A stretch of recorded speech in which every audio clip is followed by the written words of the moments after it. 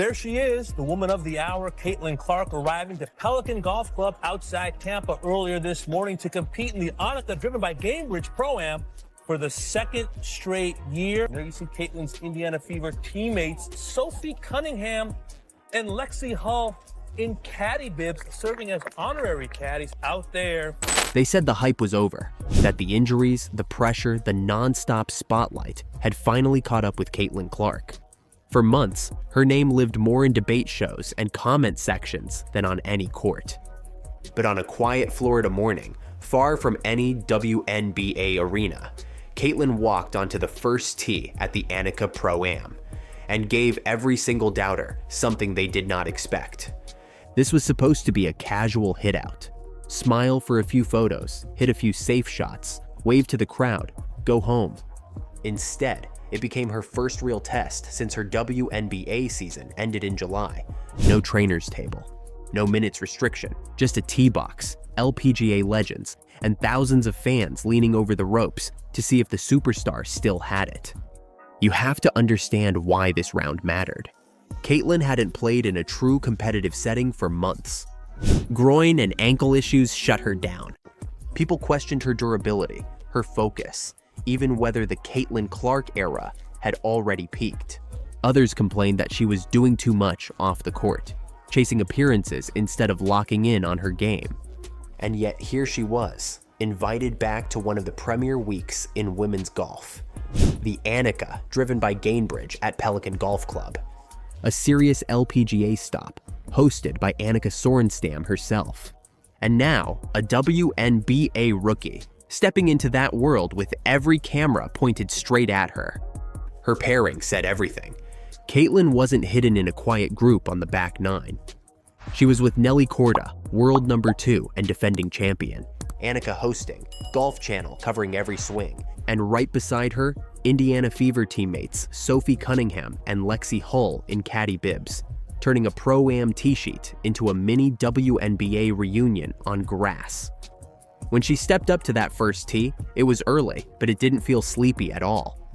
The gallery was packed with kids in Fever jerseys and Iowa shirts. Phones up, cameras rolling. This didn't look like a relaxed Wednesday. It looked like a mini major built around one player. Everyone wanted to know what that first swing would look like. Rusty, tight, nervous. Caitlin took the club back, turned through, and sent a solid drive into the fairway. On her very first hole, she hit the green in regulation. No fluke, no bailout. Just a smooth, controlled shot that said, the athlete is still very real. But it wasn't perfect, and that's the point. She left a long putt short, and you could see that competitive flash. This wasn't a happy to be here cameo. She was annoyed at the miss, even in a Pro-Am. The touch needed to come back. But the fire? That never left. As the round went on, the cameras caught something even more important. Caitlin wasn't just swinging away and laughing it off. She was learning on the fly. After a few tee shots leaked right, Nelly Korda's coach, Jamie Mulligan, stepped in with a bit of swing advice. Caitlin listened, talked about swinging too fast, trying to smash the ball, needing to slow down and trust the motion. On the very next tee, she hit her best drive of the day. Balanced, smooth, right out of the center. That tiny sequence said everything. Different sport, same elite wiring. She can absorb coaching in seconds, make an adjustment, and execute under pressure. Golf Channel even mentioned this was the first time since July she'd really felt that rush again. The focus, the adrenaline, the sense that people weren't just watching her, they were expecting something from her. On a golf course, with borrowed clubs, she still wore that same game face. But every big story needs one signature moment, and that moment came on the 10th hole. By then, Caitlin had stitched together plenty of solid golf. Fairways, greens, better pace on the putts. Respectable, steady, safe. But you don't become Caitlin Clark by being safe. She needed something that felt like a true highlight. Standing off the green on 10, she looked at a long putt and joked she needed to drop one so the crowd could go crazy. Call it confidence, call it pressure. Either way, she stepped over the ball, rolled it perfectly, and buried it. Center of the cup. The gallery exploded. It wasn't polite applause. It was a roar. Kids screaming, adults cheering, broadcasters laughing at how on-brand it was for Caitlin Clark to basically call her shot in a different sport and then hit it. In that second, the putt became the golf version of a logo 3. Same calm follow-through, same easy walk to pick up the ball, same look that said, yeah, I knew that was going in. Around her, the day kept feeding the camera's moments. Sophie Cunningham stepped up on a tee, swung hard, and accidentally drilled a fan in the gallery. Total chaos for a heartbeat. She rushed over, checked they were okay, signed a ball, hugged them, and turned a scare into a story they'll tell forever. Lexi Hull followed with a better drive, drawing cheers and smiles. These little scenes showed something deeper. They showed the chemistry of the Fever outside of hardwood. They showed how much joy and personality Caitlin drags into every environment. This wasn't just a pro-am group. It felt like a traveling show built around her presence. And people inside golf noticed. Nelly Korda said that first tee scene felt like something out of a book. She talked about how crazy it was to see that many people out for a midweek pro-am just because Caitlin Clark was there. Annika Sorenstam spoke about how valuable it is to have an athlete like Caitlin bring her audience into women's golf, and how much that crossover can grow the game. That's the part the doubters never quite understood. They said she was a distraction. They complained about commercials, appearances, golf events. They wanted her to pick one lane and stay in it. But this is the lane. Caitlin isn't just a point guard. She is a force that amplifies whatever game she walks into. While critics questioned her focus, she was out here doing 3 things at once, showing she's healthy enough to compete again. Respecting another sport by playing at a solid level after months away from golf, and using her platform to shine a bigger light on women's sports. After the round, Caitlin talked about feeling 100% healthy. No excuses, no still working back. Just excitement to compete again. On grass now, and soon on hardwood. With international duties and another WNBA season ahead, the message was simple. Her body is back, and so is her edge. That's why this little round wasn't little at all. It wasn't just about scorecards, formats, or pro-am prizes. It was about reminding everyone that even when she steps away, the magnetism doesn't fade. She can disappear from the court, show up at a golf event, and instantly turn it into must-see TV. If this is Caitlin Clark when she's supposedly rusty, imagine her back in a packed arena with a ball in her hands and a full season in front of her. The doubters aren't just wrong, they're late. From a nervous opening swing on a crowded first tee to a called shot bomb on the 10th that sent the crowd into a frenzy, Caitlin Clark turned a quiet Wednesday pro-am into another chapter in her comeback story. The sport was different, the stakes were softer, but the message was loud. If you're still watching, drop Annika comeback in the comments so we know you're riding with Caitlin all the way back. Coming back with another video, and it looked like Caitlin Clark has broken the damn internet yes again. We have several things to talk about in this one. We have to talk about the Indiana Fever sending a cryptic message to the fans. While the WNBA struggles to protect its biggest star, the LPGA just rolled out the red carpet. Cameras flashing, fans cheering, sponsors lining up, and all for a basketball player. Caitlin Clark didn't even need to say a word. Her golf swing just exposed exactly how superstars should be treated. But how did a league she doesn't even play for do what the WNBA couldn't? Let's break down how the LPGA turned Caitlin Clark into their biggest headline, and what that says about women's sports right now. When Caitlin Clark returned to the Annika, driven by Gainbridge Pro-Am at Pelican Golf Club in Florida, no one expected what came next. What was supposed to be a friendly off-season appearance turned into a global spectacle. Ticket sales didn't just rise, they multiplied 12 times over. 34 million social media impressions in a single week. Golf fans, basketball fans, even casual sports watchers. Everyone wanted to see Caitlin Clark swing a club. Pelican Golf Club's chief operating officer said it best. This is one of the most talked about women's golf tournaments ever. The numbers are staggering. Last year's tournament already proved Caitlin's magnetism. This year, it's pure madness.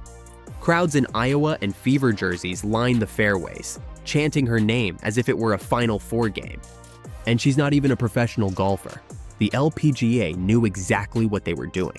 They paired her with golf royalty, world #1 Nelly Korda and 10-time major champion Annika Sorenstam.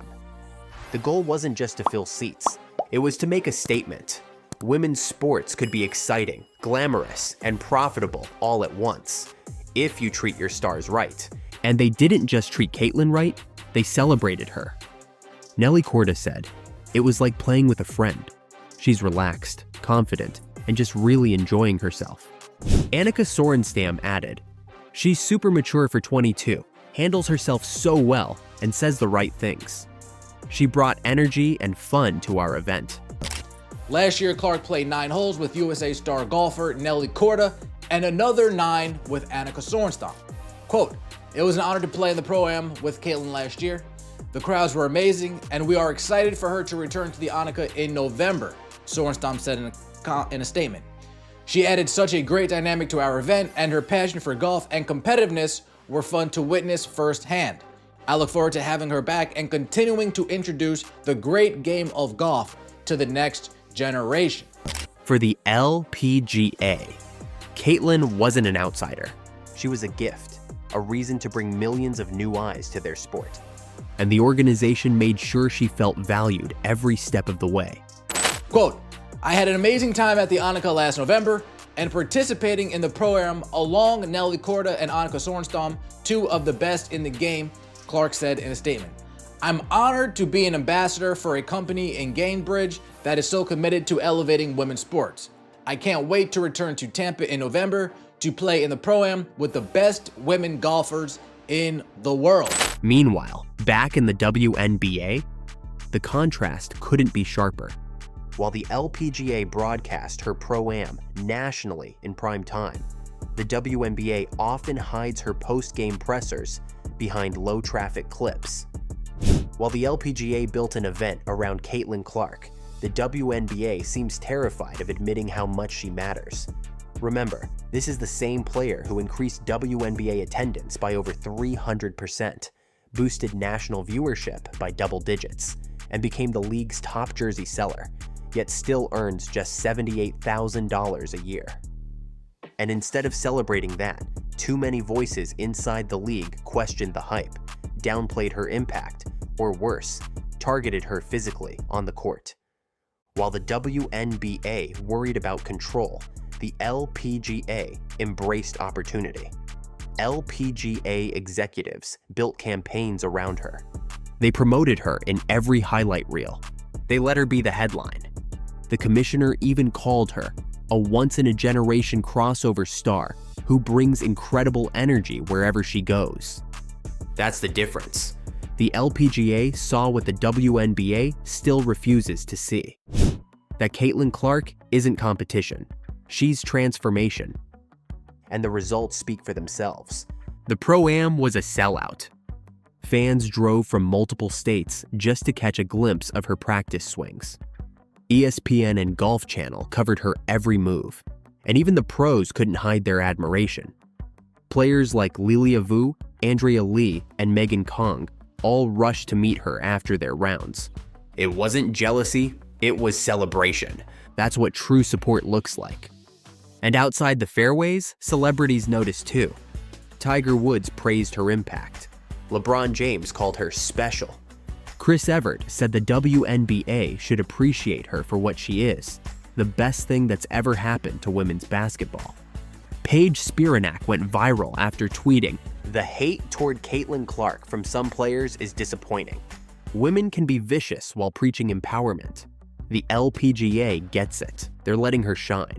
This is the turning point. While one league struggles with resentment, another has unlocked the formula for growth, respect, visibility, and value. Caitlin's appearance didn't just move tickets. It proved a larger truth. Audiences want to see women's sports succeed, but they respond to how those athletes are treated. The LPGA gave her cameras, prime coverage, and gratitude. The WNBA gave her bruises, backlash, and silence.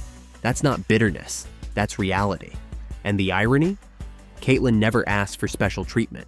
She just keeps showing up, humble, calm, focused, and the world follows her anyway. Because fans don't fall in love with leagues, they fall in love with people. And that's what the LPGA understood instantly. As Caitlin stepped onto the Pelican fairways this November, surrounded by thousands of cheering fans, she didn't look like someone fighting for validation. She looked like someone who had already won. No drama, no controversy, just respect. It was the perfect visual metaphor. A basketball star outshining pros in a completely different sport, not because she demanded it, but because she earned it. The LPGA's red carpet treatment wasn't about politics or publicity.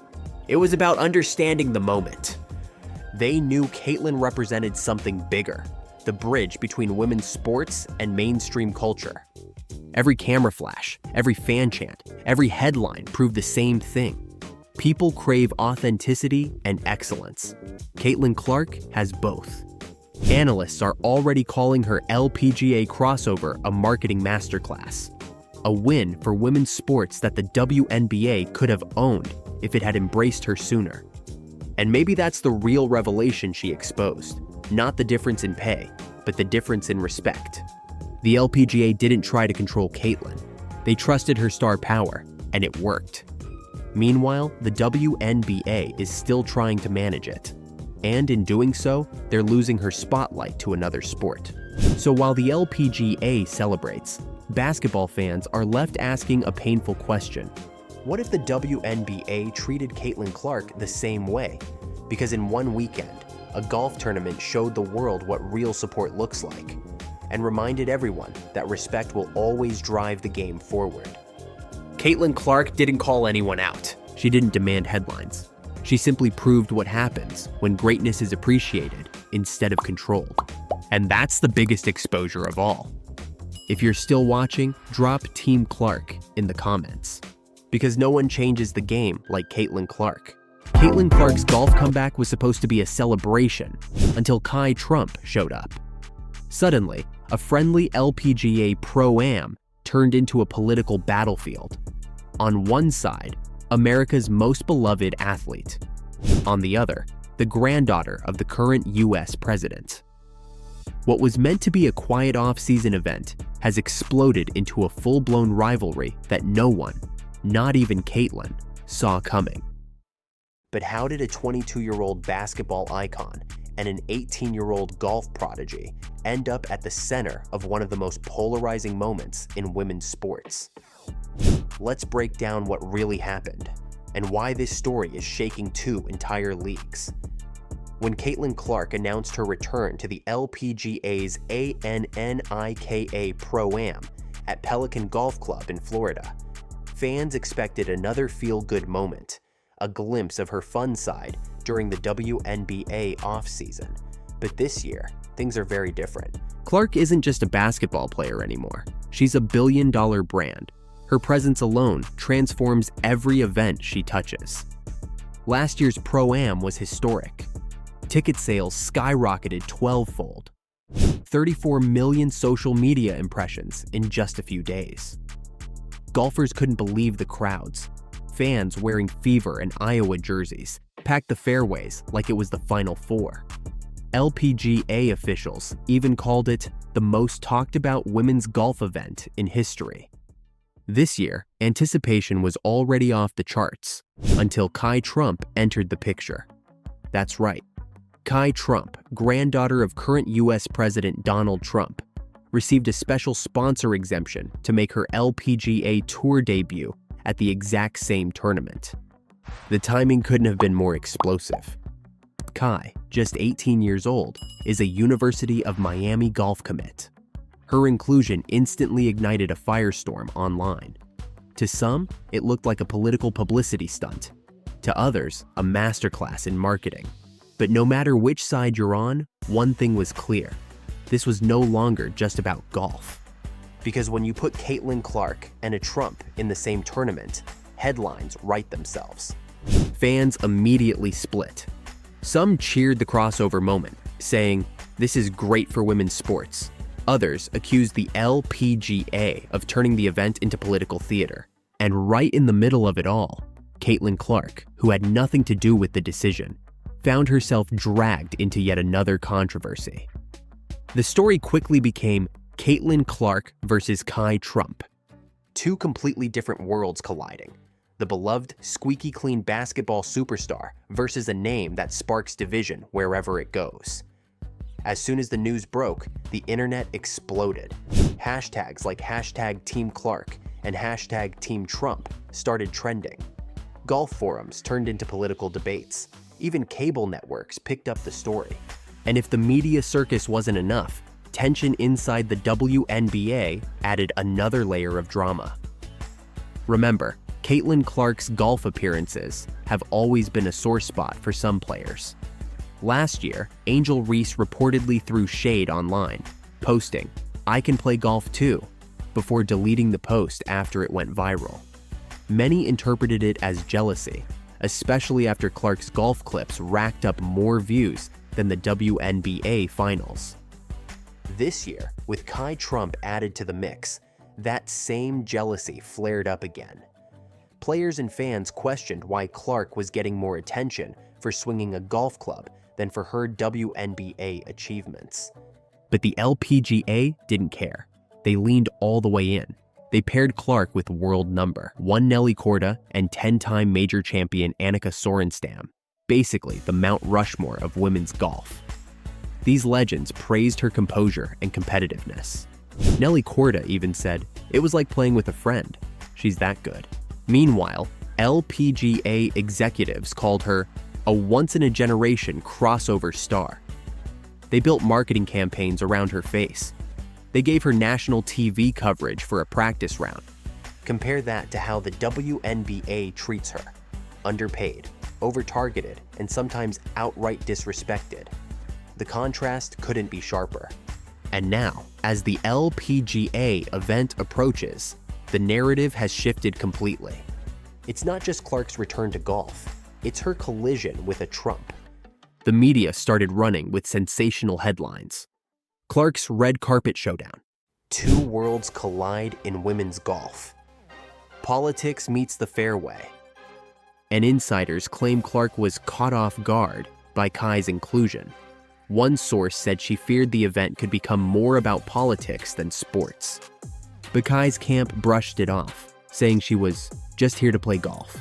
Still, the optics tell a different story. Both women are commanding the spotlight, but for totally different reasons. Clark represents the future of women's sports. Record-breaking viewership, massive crowds, and the power of likability.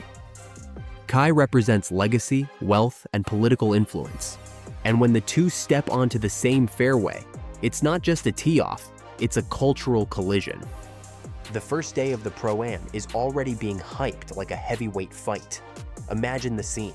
Thousands of fans waving Fever jerseys on one side, Trump supporters with flags on the other.